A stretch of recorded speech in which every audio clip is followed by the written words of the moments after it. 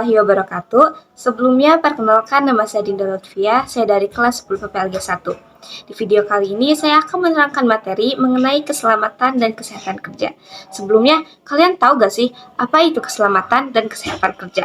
Keselamatan dan kesehatan kerja merupakan suatu kegiatan untuk menciptakan lingkungan kerja yang aman, nyaman, dan cara peningkatan serta pemeliharaan kesehatan para pekerja, baik dari jasmaninya, rohani, maupun sosialnya. Prosedur keselamatan, kesehatan, dan keamanan kerja ini berawal dari OSH atau Occupational Safety and Health, yang dimana ini tuh merupakan disiplin ilmu yang peduli terhadap keselamatan, kesehatan, dan juga kesejahteraan para pekerja di tempat kerja.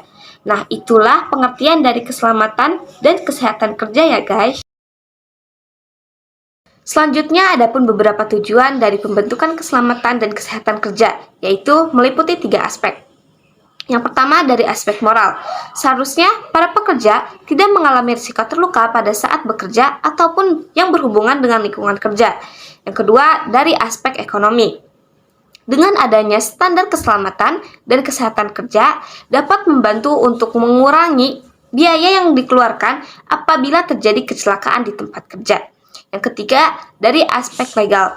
Nah, di aspek legal ini tuh untuk mendorong hukum agar menerapkan peraturan resmi agar dapat dipatuhi oleh banyak pihak, sehingga dapat menciptakan lingkungan kerja yang aman dan sehat, mencegah kecelakaan dan penyakit terkait pekerjaan, serta mempromosikan kesejahteraan umum para pekerja di tempat kerja.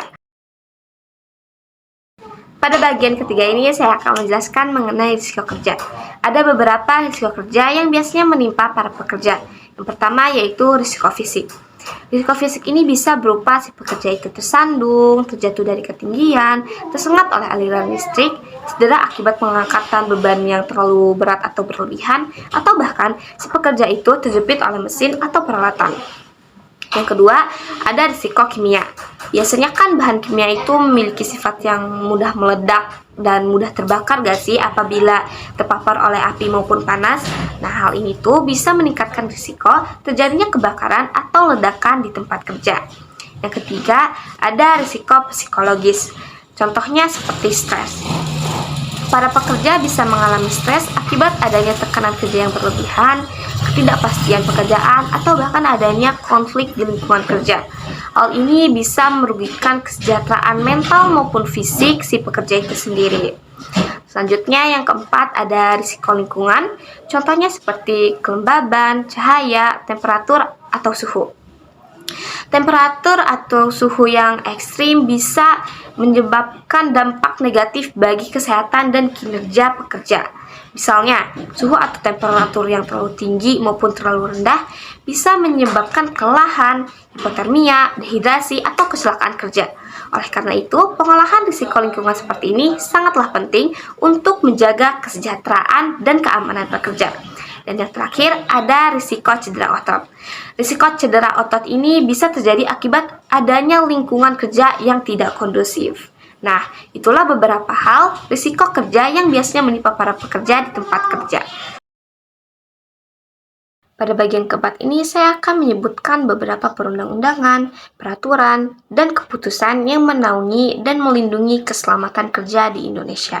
Yang pertama ada Undang-Undang Nomor 1 Tahun 1970 tentang Keselamatan Kerja, yang merupakan undang-undang menurut Undang-Undang Republik Indonesia.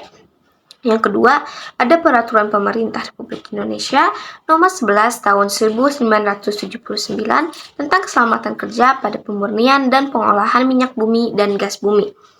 Yang ketiga, ada Keputusan Presiden Nomor 22 Tahun 1993 tentang penyakit yang timbul akibat hubungan kerja. Dan yang terakhir ada Keputusan Menteri Tenaga Kerja Nomor Kep 187 Men Tahun 1999 tentang Unit Penanggulangan Kebakaran di Tempat Kerja. Nah, itulah beberapa perundang-undangan yang menaungi keselamatan kerja. Perencanaan keselamatan dan kesehatan kerja merupakan salah satu kegiatan untuk mencegah hal-hal yang mengancam keselamatan dan kesehatan pekerja di lapangan.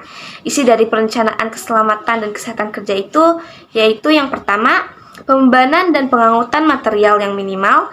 Yang kedua, memiliki ruang gerak yang aman dan tidak licin. Yang ketiga, memiliki ruang yang luas untuk peletakan antar mesin dan peralatan.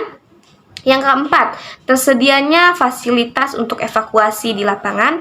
Yang kelima, tersedianya ruangan yang terisolasi khusus untuk proses pengerjaan yang berbahaya.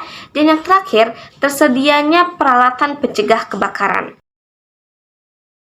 Hal terakhir yang akan kita bahas kali ini yaitu mengenai peralatan dan keselamatan kerja. Setiap para pekerja seharusnya wajib menggunakan alat pelindung diri. Mengapa harus menggunakan itu? Karena alat pelindung diri merupakan kelengkapan yang wajib digunakan saat bekerja sesuai dengan resiko dan bahaya kerja untuk menjaga keselamatan pekerja itu sendiri dan orang di sekelilingnya. Hal ini telah disepakati oleh pemerintah melalui Departemen Tenaga Kerja dan Transmigrasi Republik Indonesia.